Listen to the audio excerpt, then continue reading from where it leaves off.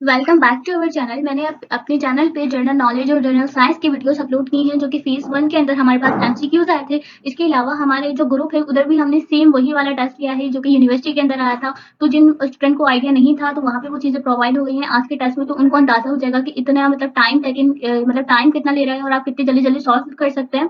तो हमारे जिन्होंने हमारा ग्रुप ज्वाइन किया हुआ है उनके लिए तो बहुत आसान है क्योंकि उनको वो चीज़ें प्रोवाइड वगैरह हो चुकी हैं, बाकी आंसर्स की वहाँ पे प्रोवाइड हो गई हैं।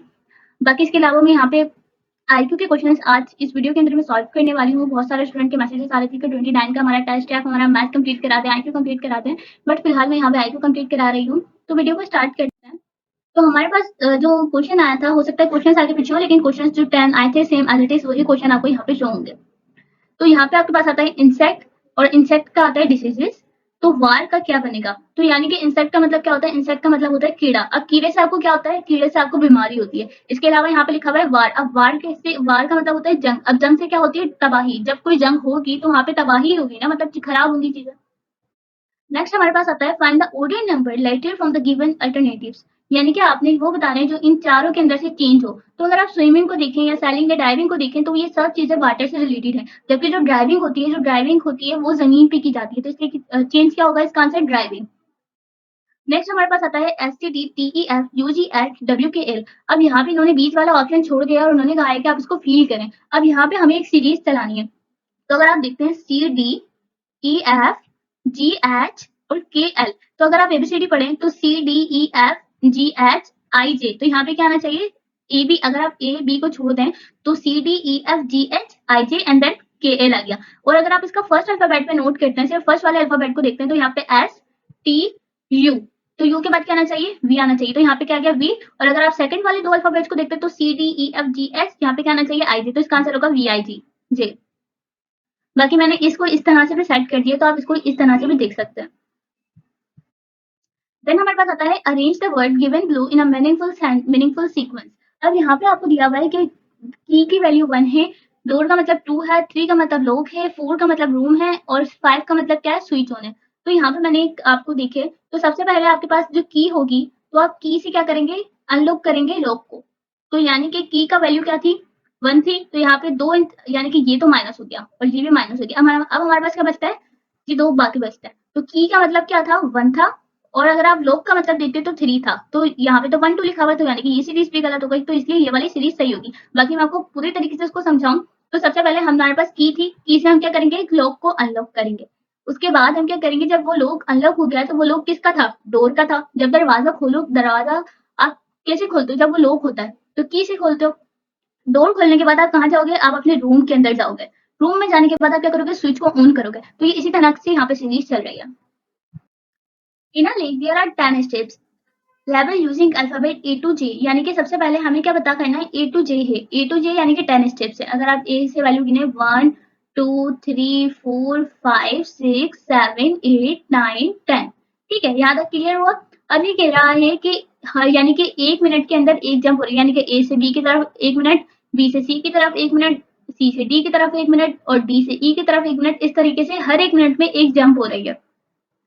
और ये क्या कर रहा है? 4 स्टेप्स की जंप मार रहा है। समझे, इधर एक फ्रॉग है, ठीक है, अब वो जंप मार रहा है। तो ये कह रहा है दैट इज स्टेप ए। अब ए से कहाँ जा रहा है? ई की तरफ जा रहा है। तो आप ये देखें 1 2 3 4, यानी कि बीच में 1 2 3 4 4 स्टेप की जंप मारी। तो यानी कि ये हर स्टेप क्या कर रहा है? जंप कर रहा है। अब ये जंप किस तरह से करेगा वो मैं आपको बताती हूँ। तो ये ए बी सी डी ई, एक जंप इन्होंने इस तरह से की। तो फिर इसके बाद इन्होंने किस तरह से जंप की? ई से ये कहाँ गया? आई पे गया। तो ई से ये आई की तरफ गया और फिर आई से कहाँ गया? सी की तरफ गया। आई से ये कहाँ गया? सी की तरफ गया। तो अगर आप नोट करें तो 1 2 3 4 एक जंप, 1 2 3 4 एक जंप और आई जे ए बी सी, यानी कि चार, यानी कि चार चार स्टेप करके जंप मार रहा है। तो यानी कि 1 मिनट की एक जंप है। यानी कि अगर आप देखें तो यानी कि ये 1 मिनट, ये 2 मिनट, ये 3 मिनट, ये 4 मिनट, इस तरीके से ये 5 मिनट, 6 मिनट, 7 मिनट और ये 8 मिनट। तो मैंने यहाँ पे, और ये सवाल क्या कह रहा है कि ये 60 मिनट में कहाँ होगा, जबकि इसकी जंप ए से स्टार्ट हो रही है। तो यानी कि अगर ए से देखा जाए तो ये 4 पे गया, फिर ये जब ई से इसकी स्टार्ट हुआ तो आई पे गया तो इसमें 4 मिनट लगे। जब ये आई से लेके ये सी तक गया तो 4 मिनट लगे। फिर जब ये सी से लेके, यानी कि ये जो सी है, सी से लेके जी तक गया तब 4 मिनट लगे, एंड देन जी से लेके जब ये ए तक आया तो 4 मिनट लगे, यानी कि इसके बाद वही अगेन वो सीरीज चलेगी। तो मैंने इसको यहाँ पे 4 दफा उतार लिया है। तो अगर आप इन सबको प्लस करते हैं तो 4 प्लस 8, और ये 8 और 8 16, और ये 16 और 4 20, ठीक है। तो 20 और 20 में 20 प्लस करोगे तो 40, और 40 में 20 प्लस करोगे तो 60, यानी कि ये ए पे आके रुक रहा है। तो ए पे आके रुक रहा है, तो इसका आंसर क्या होगा? A. Choose the word which is different from the rest. तो इसके अंदर स्नैक है, स्वैन है, क्रोकोडाइल है, ये सब चीजें पानी में रहती हैं। चिकन जो है वो यानी कि जो मुर्गी होती है वो नॉर्मल उस पर रहती है, जमीन वाली एरिया पर रहती है, तो इसलिए इसका आंसर होगा चिकन।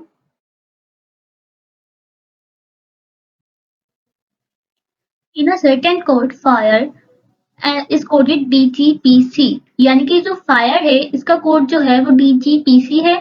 और जो इसका last, what is the last letter of the code number of shot. अगर फायर का कोड ले है तो जो शॉट है उसका कोड क्या होगा, और जब हमें कोड पता चल जाए तो उसका आखिरी यानी कि टी वाली लेटर का कोड क्या होगा। तो सबसे पहले हमें ये पता करना होगा कि फायर का कोड, ये वाला फायर जो है इसका कोड DGPC कैसे बना। तो मैंने यहाँ पे क्या लिखा है, मैंने सिंपली यहाँ पे फायर की स्पेलिंग टाइप की है, FIRE फायर, और मैंने जो इसका कोड था वो यहाँ पे मैंने लिख दिया है। अब अगर आप नोट करते हैं तो डी के बाद क्या आता है? ई आता है, और ई के बाद क्या आता है? एफ आता है। और अगर आप इधर नोट करते हैं तो जी के बाद क्या आता है? जी के बाद आता है एच आता है, और एच के बाद क्या आता है? आई आता है। और अगर आप यहाँ पे नोट करें तो पी के बाद क्या आता है? पी के बाद आता है क्यू, और क्यू के बाद क्या आता है? आर आता है। अगर आप सी के बाद क्या आता है? डी आता है, और डी के बाद क्या आता है? ई आता है। तो यहाँ पे क्या कर रहे हैं, मैंने यहाँ पे लिखा है माइनस अल्फाबेट। तो यहाँ पे हम एक अल्फाबेट को माइनस करके फिर आंसर निकालेंगे, यानी कि अगर एफ है तो एफ के बाद हम एक अल्फाबेट को माइनस करेंगे, और माइनस करने के बाद जो आएगा वो अल्फाबेट लिखेंगे। इस तरीके से अगर हम आई को देखते हैं तो आई से पहले आता है एच, और एच से पहले क्या आता है? जी, यानी कि हम एच को माइनस करके क्या लिखेंगे? जी। अब इसी तरीके से मैं अगर शॉर्ट का मालूम करना चाहती हूँ तो यहाँ पे मैंने सिंपली क्या किया? शॉर्ट की स्पेलिंग टाइप किया। फिर आपने क्या करना है, अगर आप शॉर्ट से पहले की बात करते हैं तो एच से पहले क्या आता है? एच से पहले आता है आर, ठीक है, और आर से पहले आता है क्यू, तो QRS। अगर हम एच की बात करें तो एच से पहले क्या आता है? एफ से पहले एच से पहले आता है जी, जी। तो यहाँ पे क्या होगा? FGH, और अगर आप ऐसे देखें तो HGH। अगर हम ओ की बात करते हैं तो ओ से पहले क्या आता है? एन आता है, तो यहाँ पे अगर आप देखें तो MNO, तो इसलिए इसका कोड क्या बनेगा? एम, क्योंकि यानी कि हमें क्या करना है, कोई यानी कि ये जो अल्फाबेट है ना, अल्फाबेट के बाद एक वर्ड को छोड़ के हमें दूसरा वर्ड लेना है, और जो वर्ड है वो प्लस नहीं करना, वो वर्ड हमें माइनस करना है, बैक की तरफ जाना है। इसी तरीके से हमसे मालूम किया गया है लास्ट वर्ड, तो लास्ट वर्ड इसका क्या था? टी। अब हमें टी का मालूम करना है कोड, तो टी के लिए क्या करेंगे? टी से पहले आता है एस, और एस से पहले आता है आर, तो इसका कोड इस तरह से क्या होगा? आर, तो RST। इस तरह से इसका आंसर निकलेगा। Find the missing number. अब हमें इसमें से क्या मालूम करना है? Missing number. अब बहुत सारी जगह पे मैंने ये चीज देखी है कि इसका आंसर बहुत सारे लोगों ने 36 निकाला है, लेकिन इसका असल आंसर होगा 4। अब 4 किस तरह से आएगा हम उसको चेक करते हैं। तो यहाँ पे मैं क्या करती हूँ, हमें क्या मालूम करना है? फर्स्ट वैल्यू मालूम करनी है। अब फर्स्ट वैल्यू मालूम करने से पहले मैं इसका एक पेड़ बना लेती हूँ, इसका एक पेड़ बना लेती हूँ, और इसका एक अलग पेड़ बना लेती हूँ। अब यहाँ पे मुझे कुछ इस तरह से पेड़ बनाने होंगे जैसे कि 13 और 54, यानी कि इन दोनों का आंसर निकाल के 13 बने, इन दोनों का आंसर निकाल के 54 बने, और इन दोनों का आंसर निकाल के जो वैल्यू बने वो हम उसका आंसर दे देंगे। अब किस तरह से निकलेगा इसका आंसर? यहाँ पे लिखा हुआ है 7। अब मैं 7 को अगर 2 से मल्टीप्लाई करती हूँ तो 14, और 14 माइनस 27 क्या बनता है? 13 बनता है, यानी कि मैं इसको 2 नंबर से मल्टीप्लाई करूंगी। इसके बाद अगर आप यहाँ पे नोट करते हैं तो यहाँ पे मैंने लिया है 44, और अगर मैं 44 को 2 से मल्टीप्लाई करूंगी तो उसका जो आंसर बनेगा उसको माइनस करूंगी 144 से, यानी कि अपनी लास्ट वाली वैल्यू से। सेम यही प्रोसेस मैं यहाँ पे रखूंगी तो इसका आंसर 54 बन जाएगा। एंड देन थर्ड कॉलम के अंदर भी मैं यही करूंगी, जो बीच वाली वैल्यू होगी उसको मैं मल्टीप्लाई करूंगी 2 से। अगर आप देखें तो ये 2 है, यानी कि ये सेकंड रो है ना, तो सेकंड रो को मैं मल्टीप्लाई किससे करी हूँ? 2 से ही करी हूँ, यानी कि दूसरी रो है तो दूसरे से ही मल्टीप्लाई करी हूँ। ये टेक्निक है इसकी। तो यहाँ पे 32 है तो 32 को मल्टीप्लाई किया 2 से, और 2 से मल्टीप्लाई करने के बाद जो हमारे पास लास्ट वैल्यू है हमने उसको माइनस कर दिया 68 से, तो इसका आंसर निकल गया यहाँ पे 4। तो इस तरह से इसको सॉल्व करेंगे। इसके अंदर पाइथागोरस थ्योरम का इस्तेमाल किया गया है। इस सवाल को समझने से पहले मैं आपको ये एडवाइस दूंगी कि पहले आप इस चीज को क्लियर कर लें। इस चीज को क्लियर करने के लिए मैं आपको ये बता दूं कि यहाँ पे जो 5 सेंटीमीटर है, यानी कि इन तीनों के अंदर से जो सबसे बड़ी वैल्यू होती है उसका आंसर दूसरी वाली वैल्यू को मिला के 1 आना चाहिए। लाइक अगर इधर 5 सेंटीमीटर आंसर आ रहा है यानी कि बड़ी रकम इधर 5 सेंटीमीटर है, तो यानी कि इन दोनों का आंसर को मिला के भी यहाँ पे 5 सेंटीमीटर आंसर आना चाहिए। तो यहाँ पे क्या हुआ, ये 5 सेंटीमीटर हो गया और उसके बाद इस वैल्यू को मैंने रख दिया रेडिकल के अंदर, और यहाँ पे 3 सेंटीमीटर और 4 सेंटीमीटर किसके अंदर आ गया, स्क्वायर के अंदर आ गया। अब इसको मैंने स्क्वायर के अंदर क्यों लिया है, क्योंकि ये एक फार्मूला है जो कि आपको याद रखने की जरूरत है। अब 3 3 क्या होता है 9 होता है, और 4 4 क्या होता है 16 होता है। ये क्रॉस मल्टीप्लिकेशन नहीं होता, इसमें मैंने थोड़ी सी गलती कर दी है। इसके बाद जब आप इन दोनों को प्लस करोगे तो 25 आ जाएगा। तो यानी कि 3 की वैल्यू क्या, अगर आप 5 को इस तरह से करो 5 और 5, तो ये 5 कितनी दफा है, 2 दफा है, तो इनको जब आप एक दफा लिखते हो तो यहाँ पे आपके पास क्या आ जाएगा 5। तो 5 यहाँ पे भी 5 सेंटीमीटर हो गया और यहाँ पे भी क्या हो गया 5 सेंटीमीटर हो गया। तो सबसे पहले तो चीज आपको ये चीज क्लियर होनी चाहिए। अब जब आपको ये चीज क्लियर हो गई है तो हम चलते हैं हमारे सवाल की तरफ। अब सवाल क्या कह रहा है हमसे, अब आपको वो समझने की नीड है। एक आदमी है जो कि किस तरफ जा रहा है, ईस्ट की तरफ। अगर आप ईस्ट की लोकेशन देखते हैं तो ईस्ट की लोकेशन इस तरफ जा रही है। तो मैंने क्या किया 1 किलोमीटर गया ये ईस्ट की तरफ, इसके बाद इसने टर्न लिया साउथ की तरफ। अब साउथ किस तरफ जा रहा है, नीचे की तरफ। तो मैंने कहा इसने टर्न ले लिया साउथ की तरफ। साउथ की तरफ ये कितना चला, 5 किलोमीटर चला, तो यहाँ पे मैंने लिख दिया 5 किलोमीटर साउथ की तरफ चला। देन यहाँ पे आ रहा है उसने दोबारा टर्न ले लिया ईस्ट की तरफ, तो ईस्ट किस तरफ जाता है, इस तरफ जाता है, तो मैंने यहाँ पे लिख दिया 2 किलोमीटर ईस्ट। देन इसने दोबारा टर्न लिया और ये गया है 9 किलोमीटर इसने वॉक की किसकी तरफ, नॉर्थ की तरफ। तो सबसे पहले जिसकी जिस तरह से लोकेशन बन रही थी मैंने वो लोकेशन बना दी। अब आप लोग सोचेंगे कि भाई आपने तो हमें ये बोला था कि इस तरह से सेटिंग होगी, लेकिन ये तो भाई कुछ इस तरह से कुछ अजीब सा ही वन की शेप का कुछ बन गया है। तो इसको सॉल्व करने के लिए मैं क्या करती हूँ, मैं यहाँ पे एक लाइन बना देती हूँ जिससे ये ट्रायंगल की शेप के अंदर आ जाएगा।